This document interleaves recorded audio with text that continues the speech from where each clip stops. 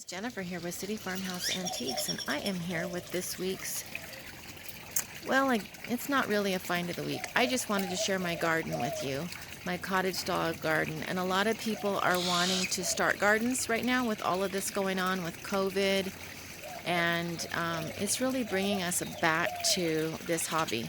I mean, gardening has for years been proven to decrease cortisol levels, make you feel better, center the soul. I mean, that's why I've always loved it. So people now more than ever are turning to these things. And you can have a garden anywhere. You can have it in containers. You can have it on a little apartment. For years, I had to have all of my gardening things just on a little tiny area because I rented a little tiny place. And that was all I had. So you can have a garden from anywhere. Anywhere. So it just depends what you want to grow. And I should probably grow more vegetables, but I can't help it. I love flowers, as you can see. And so to give you some ideas, there's a little Hummer fight already this morning. Here he comes back. I don't know if you can see him. And you can plant for birds. You can plant, I planted things that I know Hummers like because I'm a bird lover too. And he's down here. I don't know if you can see him. He's on the salvia gregae is what they call that. And it's got a little tiny, let's see if I can get in closer.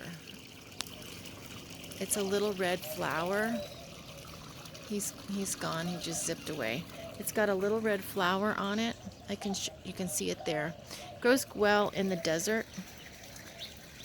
There you can see it. It's got that little red flower, salvia gregae. Hummers love it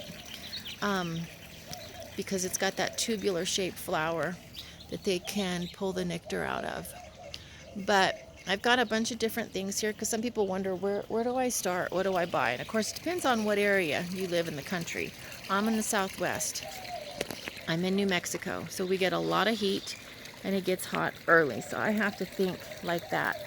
People in the Midwest, people back east, don't get quite as hot. They have, they can get away with some of the things I can't grow here. But in the back, I have these antique style cottage doors.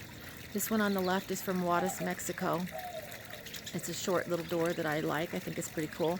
And then this one over here on the right is just a paneled with old antique panes in it. And I wanted to get some more, but believe it or not, there's a shed back here. So I placed this rose in the back. This is a Lady Banks rose, which won't grow where it's super, super cold. But it is absolutely beautiful. It only blooms once a year, but when it does, it's spectacular with these creamy, buttery, little tiny rosettes, and the fragrance is just incredible. Now, my new friend at Breathe Easy Farms, she told me last week about a Peggy Martin rose because she'd ordered a real cute bunny teacup rabbit from me. And her and I got to talking, and she sent me pictures of a Peggy Martin rose, and I'm dying to try it. It's got this kind of habit, but it's got a hot pink rosette and doesn't have any fragrance. I love to garden for fragrance, but it is absolutely beautiful. I may have to make an exception on that one, so you might want to check it out too. And they also call it the Katrina rose because it's the only thing that survived, one of the only things that survived Katrina in all of that standing water. So it's a tough rose. It might be something good to start with, and it's gorgeous growing up an arbor or a trellis. She sent me her pictures. So I've also got these Columbines. These are yellow Columbines. This happens to be the Colorado State flower. These actually came from my grandmother's garden, and they reseed beautifully everywhere. So they're coming up everywhere, as you can see. They're perennials, which means they're only going to come up once a year, but when they do, look how spectacular they are. And then I've got this mealy cup sage, which I love it. It is like a native plant here, doesn't need as much water. And you can see the little spires that come up, and then they have little flowers on the very tips. But they call this mealy cup sage. And it's got kind of a dusty gray color to the green foliage. It's not bright green. And then this is Salvia May Night that I think probably would grow anywhere great. It's got that darker purple. You can see I'm into the pinks and the purples and the yellows. And then this is Centranthus or Jupiter's Beard. And it's a perennial too, so it comes back every year. All three of these do. So doesn't the Salvia gregae. down here that the Hummers like, and it kind of has a bush habit. And then I tried my poppies this year for the first time, and they're coming up. I love oriental poppies. And then I've got grasses in here to kind of keep that wispy look. So like this little guy here, this is a Carl Forrester grass, and I'm going to plant him, and in the fall he is going to have these beautiful wheat looking like spikes. And because I like, when you plant your garden, you got to think about what you want to plant it for. You got to think about the seasons. You got to plant if you want fragrance, if you want to attract birds, and it gives you something fun to think about instead of all of this terrible COVID stuff. And this is something we can do while we're in our home. And then the fun part is once you get it all done, you can pick out your little centerpieces.